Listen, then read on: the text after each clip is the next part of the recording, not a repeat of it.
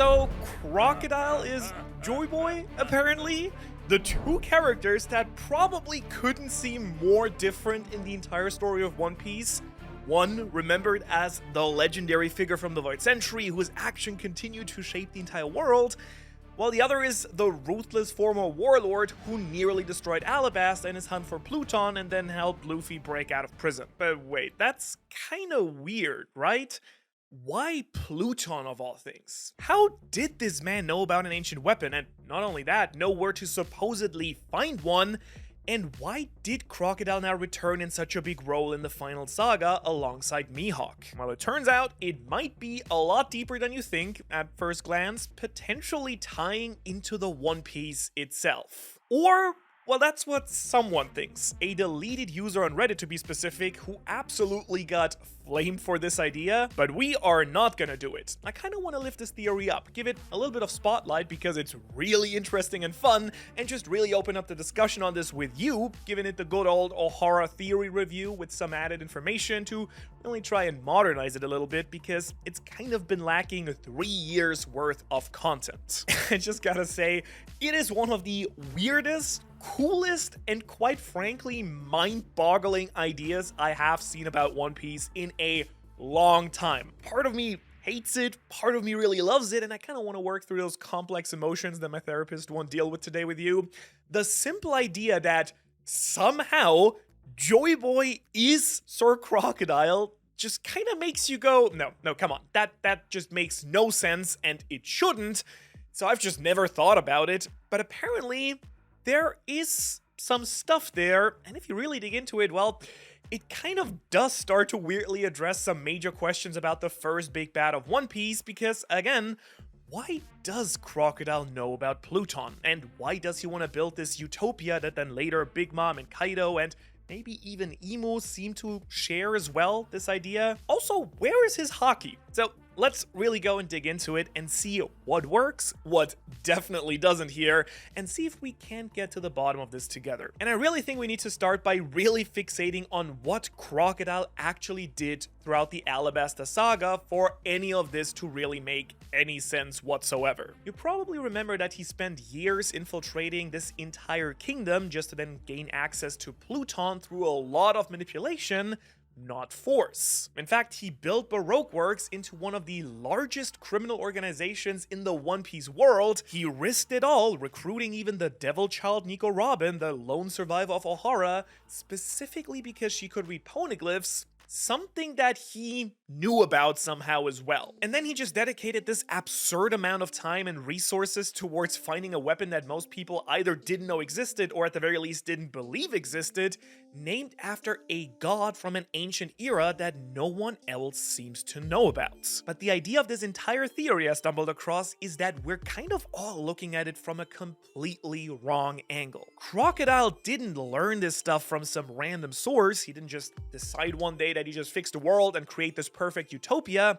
No, he decided this long ago during the Void Century itself because it all was part of his plan. This entire time, it was his knowledge and plan in the first place. Something that maybe he has forgotten later in his life for a very specific reason that we'll get to. The big twist then would be that Crocodile's plan is actually Joy Boy's original plan from the Void Century that was written down by Lily and the Kozuki clan on the poneglyphs for Joy Boy himself to then follow centuries later when the time would be right. Now that I think about it, it's kind of like that movie, Memento, if you've ever seen it, but instead of a guy tattooing his own body with messages and instructions, it was the poneglyphs for Crocodile. And I mean, come on, like, the idea is kind of sick. I'm not gonna lie to you. I think it would be just absolutely metal as hell if this is how Joy Boy planned to save the world.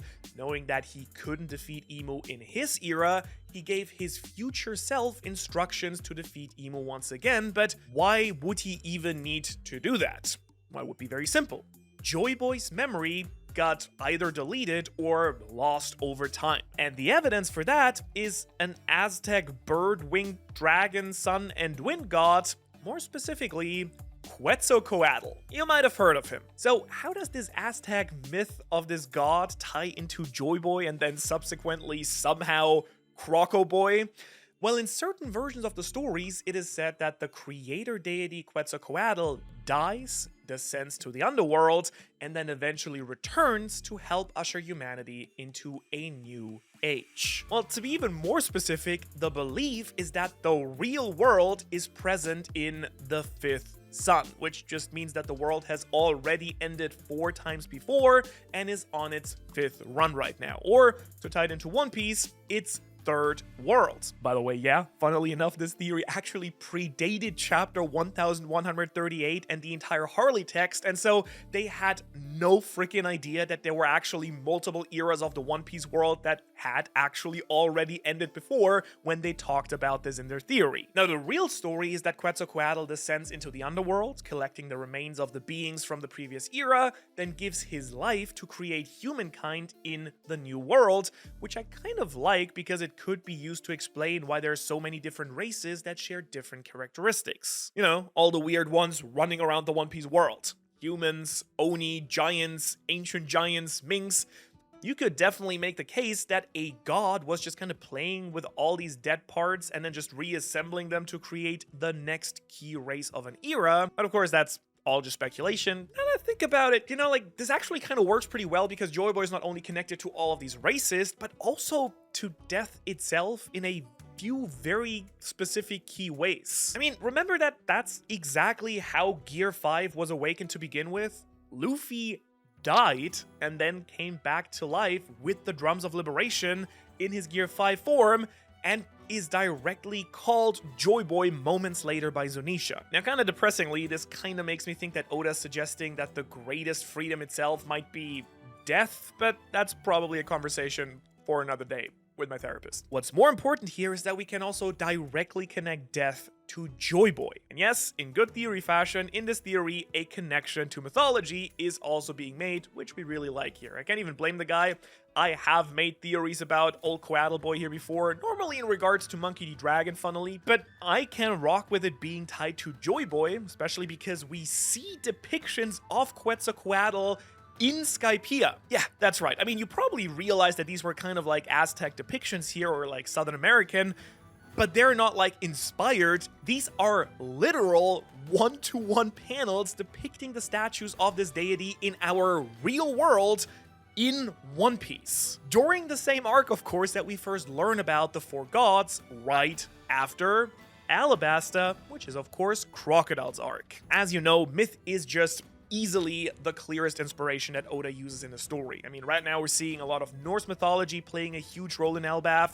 Greek mythology has inspired so many characters and myths throughout the series. Poseidon, Pluton, Uranus, Zeus, Prometheus, Hera, right? It is, you kind of get the vibe, right? Now, what's suggested by the theory, though, is that Joy Boy dies at the end of the Void Century, the ancient kingdom ends, and then somehow, some way, the original sun god Nika goes revives him, creating the Nika fruit in the process. Then Joy Boy consumes the fruit, dies again at the hands of Emu, and then needs to get revived again, but since the fruit's been tied to his body and it's gone, well, they then had to revive him a different way. And that's then the point where one of the biggest mechanics in this theory enters the picture, the Ope Ope no Mi's perennial youth surgery. And you know, like, usually when we talk about it, we kind of tend to think of this as like this very simple thing. An Ope Ope no Mi user performs the surgery, sacrifices their own life, and then grants another person eternal youth. There you go. But this idea truly puts everything into the idea that it does not work this way at all. Instead, maybe the perennial youth operation is maybe much closer to Kenjaku from Jujutsu Kaisen, right? Like, the operation allows someone's consciousness and brain to be placed into a different new body, essentially creating immortality through body hopping. Like, basically the user sacrificing his life by putting the other person inside himself. And so, through this operation, Joy Boy might survive by continually inhabiting new bodies in every single era, and this actually kind of ties back into the original point of this theory, of course. Why does Crocodile know about Pluton and know about the poneglyphs, but somehow can't read them? Now, I think he could have maybe just learned about it because his network is so vast, but that doesn't still explain why he seems to know where Pluton should be, despite not being able to read a poneglyph? Well, with the Eternal Youth operation, the idea would be that every single transfer slowly starts damaging Joy Boy's memories. Like, kind of imagine making a photocopy of a photocopy and then doing that over and over again, right? Eventually, the original image is still kind of there, but it's faded and really hard to read the details. Smaller details disappear first, and then entire sections kind of start becoming impossible to make out, and instead of remembering where Pluton is, he only now remembers that Pluton exists and that it's somehow really important. Instead of remembering his own goal, the people involved, and the way to do it, he just kind of remembers that he wants to build a utopia alongside his organization and that Pluton is somehow important for it. And just to be completely honest with you, I personally actually freaking love this part of the theory because it would actually potentially explain another immortal character whose memory seems to be, let's say, a little bit foggy. Emu, right? Emu is calling figures by different names all the time. Nika, Nidhogg, Luffy, Loki, Zebek, Davy Jones. He's kind of really struggling to name drop the right person, and that totally does line up if he himself is also hopping bodies and his memory keeps being more fuzzy and fading slowly as well. My little suggestion that I think would give this theory a much greater purpose is that the Forbidden Sun helps doing this. Somehow the Mother Flame can counteract the memory loss and is essential to stay immortal without, like, these repercussions. That might very well explain why there was entire wars fought over this technology and Emu seeking to recreate it right now. Like, he might need it to not only stay alive, but just stay himself after all these hundreds and thousands of years. And you probably already caught on to this, but it of course would also really nicely explain a bunch of small details about Crocodile's design that stand out in a very weird and specific way. For starters, Crocodile's really weird facial scar, right? For example, that has almost always been assumed to be a wound inflicted on him by Whitebeard, especially after their really salty interaction during Marineford, but probably because the original poster loved JJK, he suggested that it's the same deal as the head scar on Kenjaku, just a little bit higher up, right? The scar is the result of Child Crocodile's head getting cracked open and then filled with a good helping of Joy Boy's brain. The same goes for Crocodile's harsh but also somehow very familiar personality, right? Like, instead of viewing him as an ordinary crime lord driven purely by greed, the theory more paints him as someone who spent centuries trying and failing to successfully change the world. And just like me, every time I get a theory wrong, every single defeat kind of chips away a little bit at his optimism, to the point where he's now no longer the Joy Boy, he's the Croc Boy. Salty, leathery, and jaded, but still fighting and pursuing his dream. And speaking of Croco Boy, like, let's talk about that for a second, shall we? Because it's not just a witty pun I'm making for the sake of this video, it is something from the show. Like, this is what Ivankov calls Crocodile during the events of Impel Down when it's revealed that Eva knows Crocodile's dark secrets, right? Now, if you're a theory head, you know, of course, that this interaction is one of the key pieces of evidence for the best theory in One Piece, Croco Mom. You know, the theory that says that Crocodile is Luffy's mom, and Ivankov did a whole hormone gender switch operation on Crocodile to turn him into a man after he gave birth to Luffy. And sadly, we're not going to talk about that one today. Instead, we're going to talk about Ivankov actually knowing a secret that Crocodile has and not sharing it. And what else could that secret be if it's not Crocodile being a woman originally? Well, it could be that Ivankov knows Crocodile is Joy Boy. A very tongue-in-cheek way by Oda of revealing it in plain sight by her calling him Croco Boy before saying that, like, they know about his secrets. Like, yeah, a very crazy idea at first, but remember who Ivankov actually spends all their time with.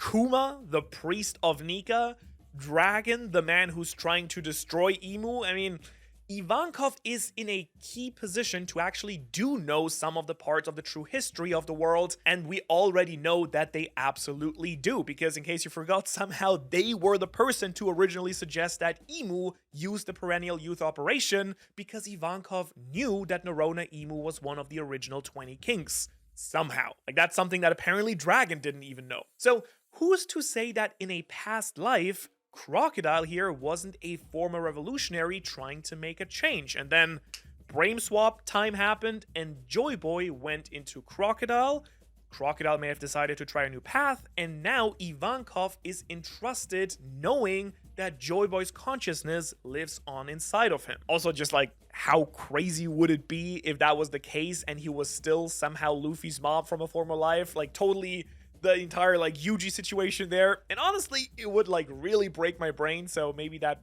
shouldn't happen, but I just wanted to throw it out there because, hey, we're being crazy today anyways. But you know what should happen? You should check out Lulucia, my new second secret One Piece channel. I know it's a little bit random having another One Piece channel, but this one is mostly theories and just talking about what's going on in the story right now. And I kind of wanted a place for more explainer videos and like evergreen stuff that doesn't really seem to fit super well on this channel anymore.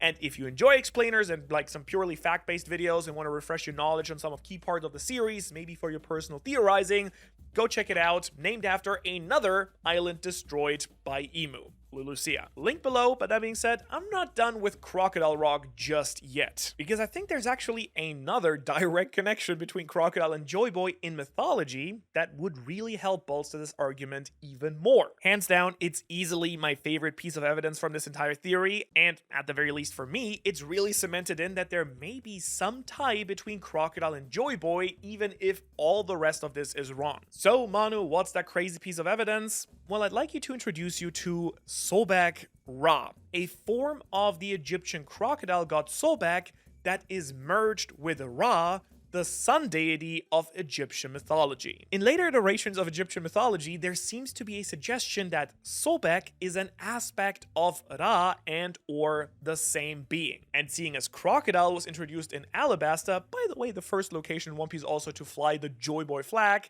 but it's also like the Egyptian-themed island of One Piece and all the other stuff that we've discussed that this theory points out, I kind of dig the idea. Like a mythological example of a crocodile god who was his own, but then later became an incarnation of the sun god Ra. Ra, I don't know how to pronounce it properly.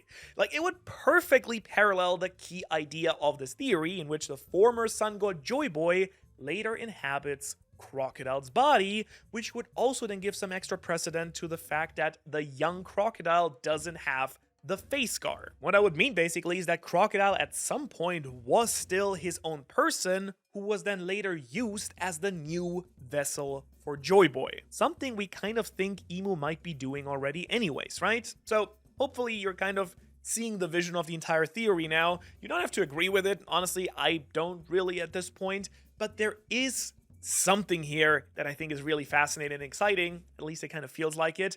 Like there's some connection, like some grand connection between Joy Boy, Crocodile, and Pluton. So maybe we just need to dig into Pluton more, and maybe that'll help connect everything much more smoothly. Because this theory also connects Pluton to the underworld, acting as a ship that might be able to travel between the ocean and the abyss, the underworld itself. Something that once I actually thought about it and spent some time like looking deeper into it actually works way better than the original post even ever suggested, because tying the warship of doom Pluton to the underworld is actually like super easy, right? It is directly named after Pluto, the Roman god of the underworld.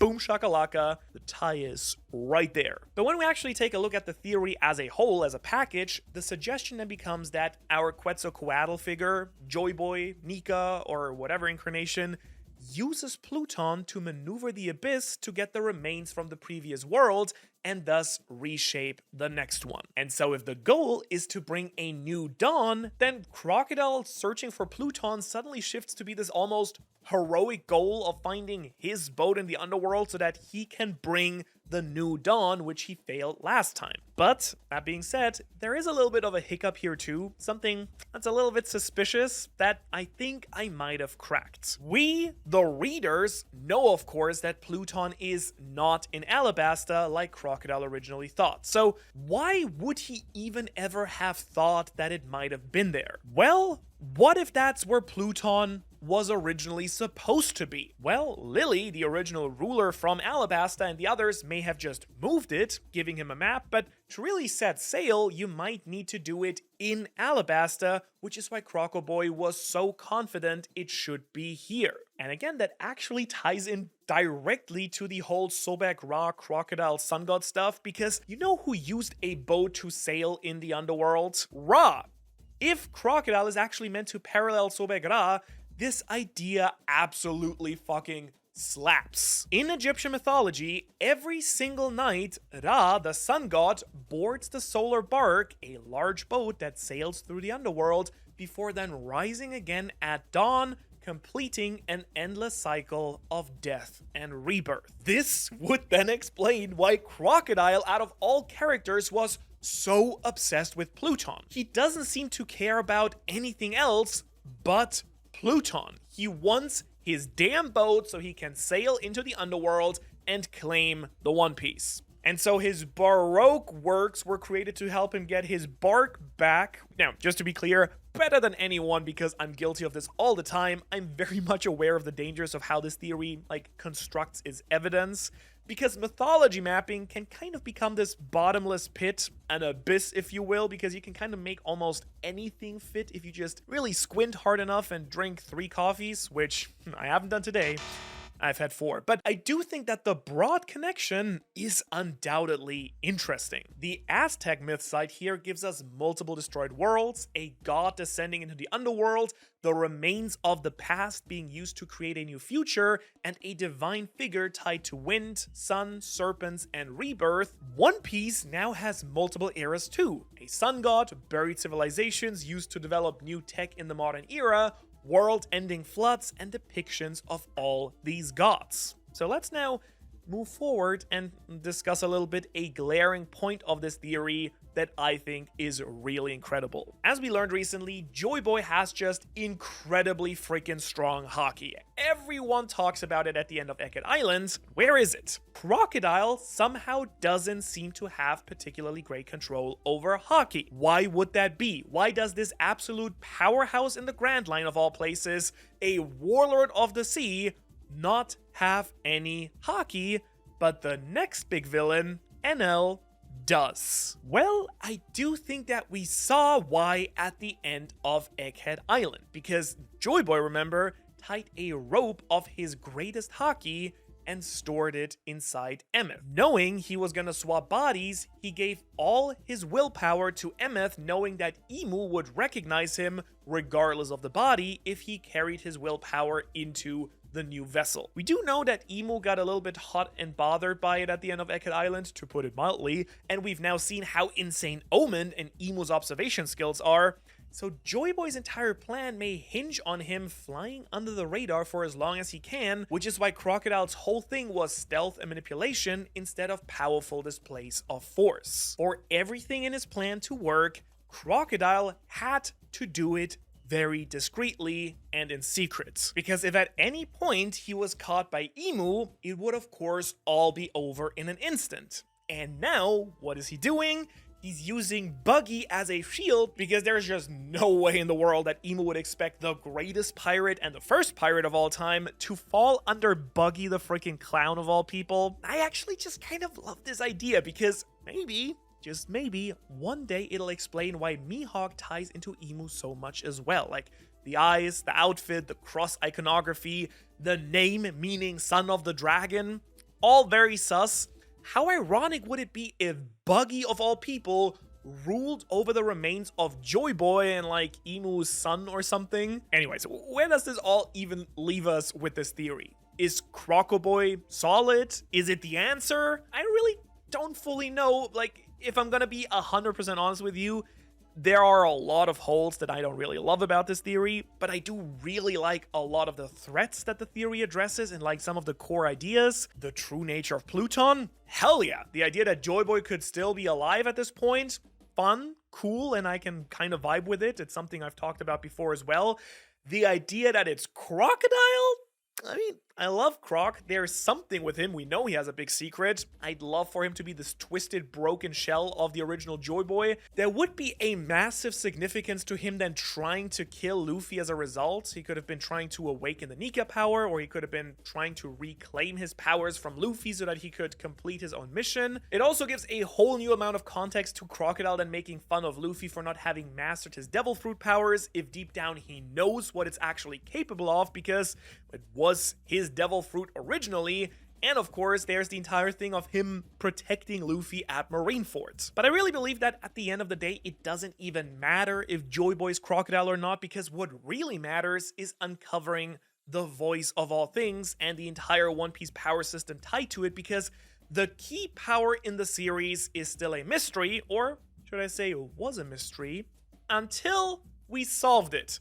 I think, hopefully. So if you want to see how that works, go check out this video. Otherwise, thanks for watching. Thanks so much to all of our fantastic Patreons, and I will hopefully see you in the next video on Sunday. Until then, have a fantastic remaining week.